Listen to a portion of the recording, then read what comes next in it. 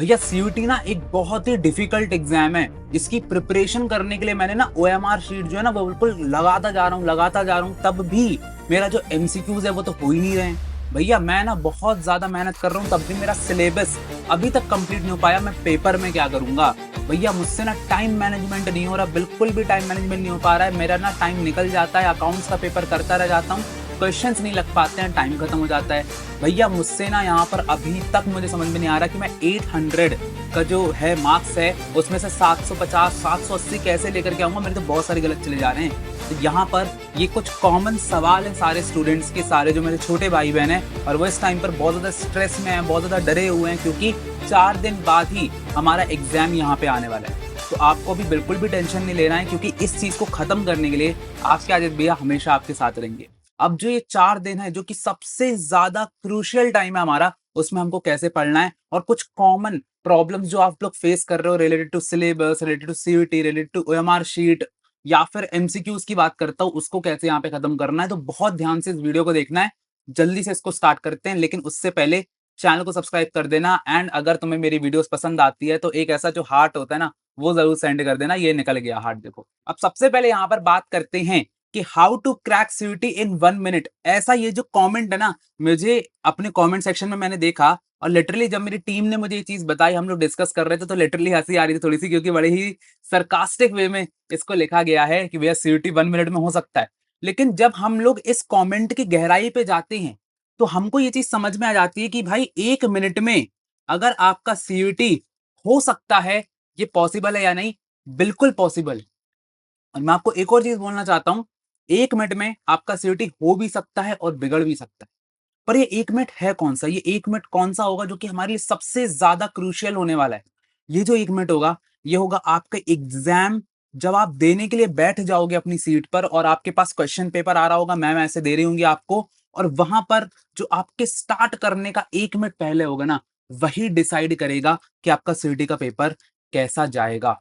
बहुत सारे बच्चे हैं जो कि बहुत ज्यादा प्रिपरेशन करके जाते हैं, बहुत ज्यादा एमसीक्यूज लगा के आते हैं, तब भी उनका जो पेपर है वो यहाँ पर खराब हो जाता है। क्यों? क्योंकि वो इस 1 मिनट का जो वैल्यू है वो नहीं समझते। ये 1 मिनट की वैल्यू क्या है? जब आप जाते हो तो आपका जब पेपर स्टार्ट होने वाला होता है, उसके 1 मिनट पहले आपके दिमाग में क्या चल रहा है, that is very very important, that is literally too much important. क्योंकि उस टाइम पर आप तो ये बोल रहे होते हो कि भैया मुझसे तो ना हो पाएगा, ये अपने दिमाग में चल रहा होता है। और एक बंदा होता है जो कि टॉक करने वाला होता है, अगले कुछ घंटों के बाद उसके दिमाग में चल रहा होता है कि हाँ भाई नहीं हो पाएगा, तब भी मुझे नहीं पता, कुछ ना कुछ करके मैं इसको करके रहूंगा। तो यहाँ पर जो बिलीफ सिस्टम होता है वो बहुत ही ज्यादा इंपॉर्टेंट हो जाता है। ये सिर्फ बातें नहीं है, ये बहुत ज्यादा इंपॉर्टेंट है 1 मिनट। और मुझे 10 मिनट दो, अगर आपके अंदर से ये चीज अभी भी आ रही है कि आप 800 में से 780 790 800 नहीं कर पाओगे यहाँ पर स्कोर, आप 10 मिनट दो, 10 मिनट के बाद आपका पूरा माइंडसेट चेंज हो जाएगा। सबसे पहले यहाँ पर सबसे बड़ी प्रॉब्लम सारे बच्चों को जा रही है, दैट इज सिलेबस कंप्लीट नहीं हो पा रहा। भैया बिल्कुल सिलेबस कंप्लीट नहीं हो पा रहा है। मैं तुमको सिर्फ एक लाइन बोलना चाहूंगा, जितना भी ट्राई करो बनी, लाइफ में कुछ ना कुछ तो छूटेगा ही। समझ में आ रहा है? यानी कि हम कितना भी कोशिश कर ले, सिलेबस हमारा कभी भी कंप्लीट नहीं हो पाएगा। हमेशा हमको यहाँ पर लगा ही रहेगा। अभी आपको 1 साल भी मिल जाएगा, आप कभी सिलेबस कंप्लीट नहीं कर पाओगे। तो इस पॉइंट पर क्या ध्यान रखना है आपको कि आपका जो पेपर है वो सिर्फ और सिर्फ 20% से यहाँ पर बनेगा। यानी कि कितने भी आप टॉपिक्स, आप सारे टॉपिक्स भी लगा करके चले जाओगे, सारे टॉपिक से क्वेश्चन नहीं आएंगे। हमेशा 20% से आते हैं यहाँ पर जो टॉपिक्स होते हैं उससे क्वेश्चंस। लेकिन पता कैसे चलेगा भैया?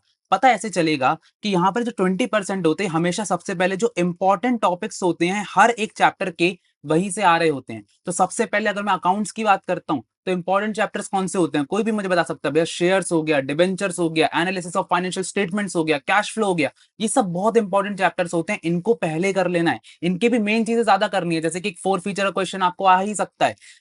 Other than consideration, other than cash के जो क्वेश्चन है वो आ जाते हैं, कैश फ्लो के ऑपरेटिंग एक्टिविटी से क्वेश्चन आ जाते हैं। तो ऐसे करके जितने भी इंपॉर्टेंट टॉपिक्स हैं उसकी भैया वीडियो पहले से ही मेरे चैनल पर है, जाकर के देख लेना, यहाँ पर टैग कर देंगे। इसके अलावा आपको खुद अभी तक पता चल गया होगा क्या इंपॉर्टेंट है, उसको रिवाइज करते रहो, उसको रिवाइज करते रहो, उससे ज्यादा कहीं नहीं हटना है। अब एनसीईआरटी टच नहीं करना है, एनसीईआरटी का काम अब खत्म हो चुका है। अब डायरेक्टली सिर्फ रिविजन और एमसीक्यूज करना है। ठीक है? तो इससे क्या होगा कि आपको कहीं ना कहीं सेटिस्फैक्शन रहेगा कि हाँ भाई वो जो 20% है ना वो मेरा पक्का है, तो मैं यहाँ पर एग्जाम क्लियर कर सकता हूँ। अब जो नेक्स्ट सबसे बड़ी क्वेरी हमारे सामने आती है कि भैया मुझसे ना एमसीक्यूज नहीं बनते हैं, एमसीक्यूज मेरे गलत हो जाते हैं, बहुत जल्दी गलत करता हूँ, कॉन्फिडेंस लो जाता है, फिर पूरा पेपर गलत कर देता हूँ। और ये बहुत ही कॉमन प्रॉब्लम है कि जब आप जाओगे ना, आप किसी भी सब्जेक्ट के हो, आप देखोगे आपका जो डिलीटेड टॉपिक्स हैं, उससे ना पहले ही वो लोग पहले के 10 क्वेश्चंस ना आपके डिलीटेड टॉपिक्स में से दे देंगे, मैक्सिमम क्वेश्चंस, जिससे आपका कॉन्फिडेंस डाउन हो सकता है और आप पूरा पेपर बिगाड़ दो। पेपर ईजी आएगा, आगे क्वेश्चन इजी हैं, पर स्टार्टिंग में थोड़े से मॉडरेट क्वेश्चन रख दिए। ये एनटीए आपके दिमाग के साथ खेलती है, तो आपको भी यहाँ पर एक स्ट्रैटेजी का यूज करना है, जिसको मैं यहाँ पर बोलता हूँ भैया 10 क्वेश्चन स्ट्रैटेजी। कौन सी स्ट्रैटेजी? 10 question strategy. देखो होता क्या है, आपने पहले 10 क्वेश्चन किए, 10 क्वेश्चन किए आपने, उसमें से आपके 5 गलत निकल गए। अब यहाँ पर आपके पास दो ऑप्शन है। एक ऑप्शन है कि आप ये जो 5 क्वेश्चन हैं, इसके बेसिस पर अपने आप को जज कर लो कि भाई मेरे से तो पेपर आता नहीं है, मैंने कुछ पढ़ाई नहीं करी है। अरे भाई तुमने पूरे साल पढ़ाई करी है, तुमने 1 महीने जम के पढ़ाई करी है, अगर 10 में से 5 गलत भी हो गए तो क्या हुआ? आगे बढ़ते हैं ना। आप क्या करो, नेक्स्ट 10 क्वेश्चन को सॉल्व करो, हिम्मत दिखा करके विथ फुल एफर्ट। और आप देखोगे उन नेक्स्ट 10 क्वेश्चन से हो सकता है कि अगर आप फुल एफर्ट लगाओ तो आप खुद से 2 के लिए अनश्योर हो। और यहाँ पर ये जो 5 और 2 है, जरूरी नहीं कि ये गलत ही हो, आपको लग रहा है ऐसा क्योंकि आपका कॉन्फिडेंस डाउन है। आपने नेक्स्ट 10 क्वेश्चन किए, अच्छा अब आपके 2 गलत हुए, फिर नेक्स्ट 10 क्वेश्चन किए, अच्छा फिर एक आपको लगा, अच्छा फिर नेक्स्ट 10 क्वेश्चन किए, अच्छा अब तो भाई 0 है, अब तो पूरे कर दिए। ऐसे करके अपने कॉन्फिडेंस को हमेशा बिल्डअप करना चाहिए। स्टार्टिंग का छोटा सा एक रिजल्ट देख करके खुद को जज नहीं करना चाहिए। पूरा पेपर आराम से आपको यहाँ पर देखना और फिर देखना भाई कितने में आप अनश्योर हो। जितने भी क्वेश्चंस में आप अनश्योर हो, अगर आपको बिल्कुल आंसर नहीं बनता है तो तुक्का टेक्निक का यूज कर सकते हो, जो कि मैंने अभी अपनी डिस्क्रिप्शन पे दे दिया, आई बटन पे देख लिया, जाके देख लो कि अगर नहीं बनता है क्वेश्चन तब कैसे अटेम्प्ट करना है। और इसी के साथ साथ अगर आप श्योर हो थोड़ा बहुत भी हो तो करके आना है, अटेम्प्ट पूरे करके आना है। नेगेटिव मार्किंग की चिंता नहीं करना है, आप बहुत अच्छा पेपर करोगे, पेपर बिल्कुल मॉडरेट आने वाला है। क्वेश्चन को छोड़ के आओगे तो थोड़ा सा लॉस होगा, जिसको मैंने अपनी तुक्का वाली वीडियो पे बहुत अच्छे से बताया है। ठीक है, तो यहाँ पर आपको क्या करना है, हर 10 क्वेश्चन के ऊपर जाते जाना, अपना फुल एफर्ट देना है। नेक्स्ट पर आ जाता है अपना टाइम मैनेजमेंट। बहुत सारे बच्चे बोल रहे भैया टाइम मैनेजमेंट नहीं हो रहा, एक तो पढ़ाई भी नहीं हो पा रही है, ऊपर से जब मॉक टेस्ट देते हैं ना तो यहाँ पर ना टाइम निकल जाता है और हम ना अभी पीछे ही रह जाते हैं। अब इस पर क्या करें? तो देखो, टाइम मैनेजमेंट जो है उसके लिए मैं आपको एक सिंपल स्ट्रैटेजी बताता हूँ। अपना जो एनटीए है, एनटीए ने क्या बोला है? एनटीए ने बोला है कि आपको कुछ सब्जेक्ट्स के लिए 60 मिनट्स मिलेंगे, जिसके आपके कोर सब्जेक्ट्स हो गए, और कुछ सब्जेक्ट्स है जैसे कि इंग्लिश हो गया और आपका बिजनेस स्टडीज हो गया, उसके लिए आपको 45 मिनट्स मिलेंगे। तो ये 2 भाग में आपके जो हैं, कौन से हैं, सारे के सारे जो टॉपिक्स हैं और सब्जेक्ट्स हैं वो यहाँ पर डिवाइडेड है। जिसके लिए आपको 60 मिनट्स मिला है, आपको क्या करना है, इसको सिर्फ और सिर्फ 50 मिनट्स में करने का सॉल्व करने की कोशिश करनी है। लास्ट के 4 दिन बचे हैं, 50 मिनट्स में करने की कोशिश करो। अब बहुत सारे बच्चे बोलेंगे भैया 60 मिनट में नहीं हो पा रहा, 50 मिनट में कैसे करेंगे? देखो, अगर आप 50 मिनट में करने की आदत डाल रहे हो, तो आप बार-बार कर रहे हो, बार-बार कर रहे हो, बार-बार 50 मिनट में कर रहे हो, तो आप जब अपने एनटीए का एग्जाम देके जाओगे तो आपके पास कहीं न कहीं आपके माइंड में ये रहेगा कि भैया 10 मिनट मेरे पास ज़्यादा है। इसको बोलते हैं अपने माइंड को ट्रिक करना। तो आप वहाँ पर अच्छा फ़ील करोगे, आपको लगेगा हाँ भाई, आप वहाँ पर पैनिक नहीं करोगे। यानी कि मेन, जब तक आपका दिमाग वो 1 घंटे के लिए सही रहेगा ना, तभी आप बहुत अच्छा पेपर कर पाओगे। तो यहाँ पर आपको लगेगा भाई 10 मिनट ज़्यादा है, तो आप क्या कर रहे हो? उसी पर कर रहे हो। इसी की एक और टेक्नीक है, वो टेक्नीक क्या है कि आप जैसे जो भी टाइम है, फॉर एग्ज़ाम्पल अगर आपका इंग्लिश का पेपर 3 बजे, आपका अकाउंट्स का पेपर 5 बजे, आप उतने ही बजे उसको सॉल्व करो। जितने बजे भी टाइमिंग दी गई है उतने बजे उसको सॉल्व करना और उसी के हिसाब से फोकस करके यहाँ पर क्वेश्चन पेपर को सॉल्व करना है। टाइम मैनेजमेंट आपका बहुत अच्छा हो जाएगा, आप इस ट्रिक को जरूर यूज करना।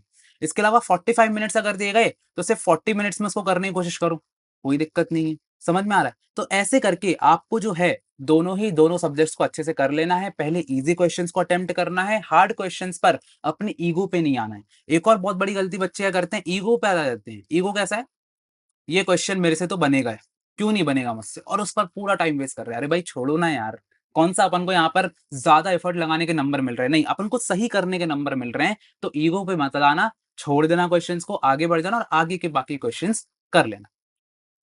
नेक्स्ट जो सबसे इंपॉर्टेंट चीज आती है, जिसपे सारे बच्चे लिटरली मेरे से पूछे जा रहे हैं कि भैया जर्नल टेस्ट यहाँ पर कैसे करना है, जर्नल टेस्ट की आप स्ट्रैटेजी बता दो। देखो, जर्नल टेस्ट जो है वो एक ऐसा सब्जेक्ट है जिसमें 3 अलग अलग सब्जेक्ट आ जाते हैं। सबसे पहले आता है आपका counts, second is logical reasoning, third is आपका जीके एंड करंट अफेयर्स। ठीक है, ये 3 चीज़ आपकी आ जाती हैं। अब सबसे पहले अगर मैं बात करता हूँ जनरल टेस्ट की, तो अब आप लोग इसके लिए बिल्कुल भी श्योर नहीं होगे, मतलब आपका ना कॉन्फिडेंस इसी में लगा होगा कि भैया क्या करें? आप कितने ही क्वेश्चन लगा के चले जाओ, आपको हमेशा लगेगा कि भाई मेरी तैयारी जनरल टेस्ट में कभी नहीं होगी। तो अब इसके लिए क्या करना है? जो कॉन्सेप्ट और लॉजिकल रीजनिंग है, इसके आपको सबसे पहले जैसे ही आप पेपर आपके सामने आएगा, इसके इजी क्वेश्चंस ढूंढने हैं। कॉन्स के भी बहुत सारे इजी क्वेश्चंस आते हैं, टाइम एंड वर्क के आ गए, परसेंटेज आ गया, प्रॉफिट एंड लॉस आ गया। ये सब क्वेश्चंस को ढूंढो। ये सब क्वेश्चंस की आपने प्रैक्टिस, मुझे पता है, बहुत अच्छे से करी होगी। इन क्वेश्चंस को पहले करो, नंबर सिस्टम को पहले करो। समझ में आ रहा है? तो ये जो कॉन्स के क्वेश्चंस है ना, जितने आपसे बनते हैं, अगर 15 क्वेश्चंस आ रहे हैं कॉन्स के, 15 में से अगर आपने 5 6 7 8 भी कर लिए ना, बहुत अच्छी बात है। इसके अलावा अगर आप एक बीकॉम ऑनर्स के बच्चे हो, कि आपने क्या किया है, बीकॉम ऑनर्स के आप हो, आपने सिर्फ और सिर्फ क्या किया है, नॉर्मली ये जो जर्नल टेस्ट है सिर्फ ऑप्शन बढ़ाने के लिए लिया है, या फिर आप किसी और सब्जेक्ट के हो, आपने कहा भैया चलो यार ऑप्शन के लिए डाल देते जनरल टेस्ट, ऐसे बहुत सारे बच्चे। और दूसरी प्रकार के बच्चे जो इसका कंपलसरी है, जिसकी आप बीबीए कर रहे हो, बीएमएस कर रहे हो, तो दिल्ली यूनिवर्सिटी में बहुत ज्यादा कंपलसरी है कि आपको जनरल टेस्ट चाहिए। तो जितने भी बच्चे ऑप्शनल लेकर के चल रहे हैं, वो तो भाई धड़ल्ले से, आपको क्या करना है, पूरा तुक्का मारना है कॉन्स पर, कोई दिक्कत नहीं है, क्योंकि आपके पास रिस्क कम है, आपके रिजल्ट पे उतना इफेक्ट नहीं आएगा। पर जिनके लिए जर्नल टेस्ट कंपलसरी है, देखो बेटा, आपको बिल्कुल भी ज्यादा रिस्क नहीं लेना। समझ में आ रहा है? आपसे जितने क्वेश्चन बन रहे हैं, अगर आपको 15 क्वेश्चन आए हैं कॉन्स के, आपको 15 में से 10 बन रहे हैं, यस, बहुत अच्छी बात है, बहुत अच्छी बात है। अपने आपको लकी मान रहे हैं, 15 से 10 बन रहे हैं। और अगर 12 बन गए, 13 बन गए, 14, फिर तो भाई मजे हैं। तुक्का टेक्निक अपने साथ है, उसको यूज कर सकते हो। सेकंड चीज आता है आपका लॉजिकल रीजनिंग। ये आपका स्कोरिंग पार्ट होगा बेटा। इस पूरे पेपर में सबसे ज्यादा स्कोरिंग पार्ट आपका लॉजिकल रीजनिंग होगा, क्योंकि क्वेश्चंस बहुत अच्छे आते हैं, जिसके डायरेक्शंस के क्वेश्चंस आ गए, कि वो साउथ गया था, वेस्ट गया था, यहाँ गया था, वहां भाई आराम से कर सकते हो, कोई दिक्कत नहीं है।